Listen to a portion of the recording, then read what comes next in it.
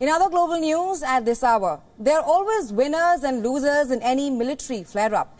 In the Ukraine-Russia war as well, while the world on one hand are facing the economic consequences of the war, there are some countries who are profiting from the sanctions, price rise and supply crisis.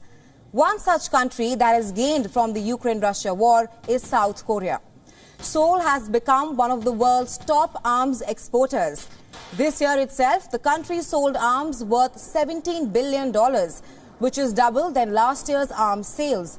And experts believe that the industry growth will continue against the backdrop of the Ukraine-Russia war.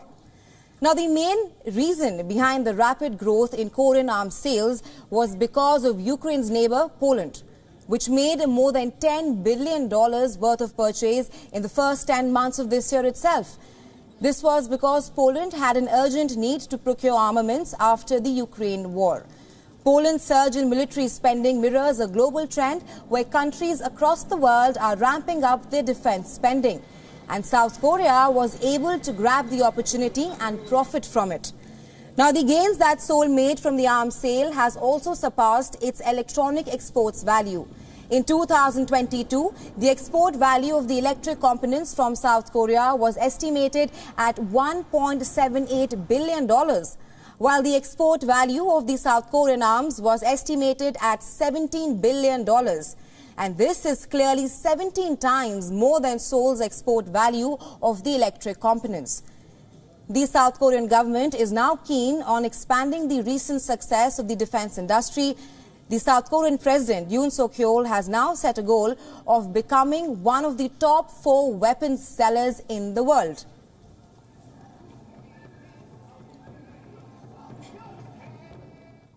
And for more on this, joining us live from Seoul is Reuters senior correspondent Josh Smith. Hi, welcome to the broadcast, Josh. Hi. Now, I want to first share some data with you. South Korea's total arms exports this year was at $17 billion, which is 10 times more of what it sold last year. Now, where is this appetite coming from? Do you think South Korean arms industry is a beneficiary of the Ukraine-Russia war? As you noted in your report, that definitely makes up a lion's share of what they've been able to sell this year. The biggest deals by far came from Poland, which bought hundreds of tanks, self-propelled howitzers, but also high-end equipment such as aircraft. And these are going to be delivered over a period of years. But the reason why Poland chose South Korea over some other countries for this deal was South Korea's vow to deliver these weapons very quickly.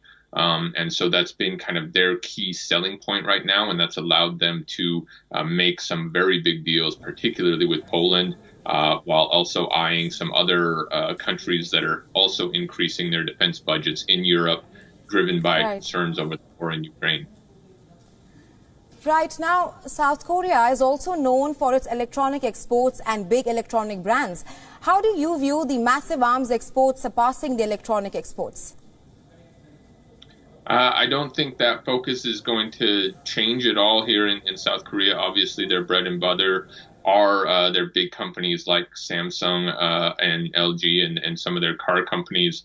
Those maintain some of their dominance here for sure. But this rising power of the defense industry is certainly notable. And as you mentioned, South Korea could well soon become the 4th largest exporter in the world. And that's something that President Yoon Suk-yeol has said he wants to accomplish. And so this certainly is something that South Korea is looking to make its mark in alongside its televisions and cell phones.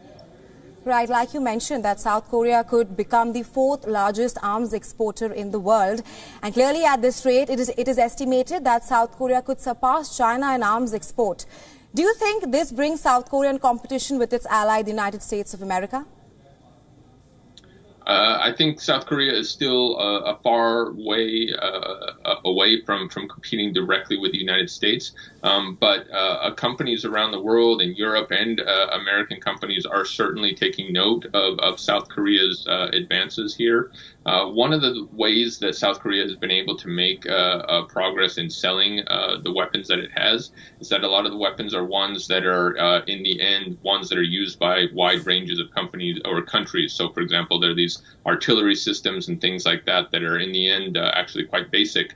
And so they do very good jobs at these weapons that have very wide appeal rather than kind of super high-end expensive ones that not many countries might buy. Right. Thank you, Josh, for sharing your insights on this. Thanks very much.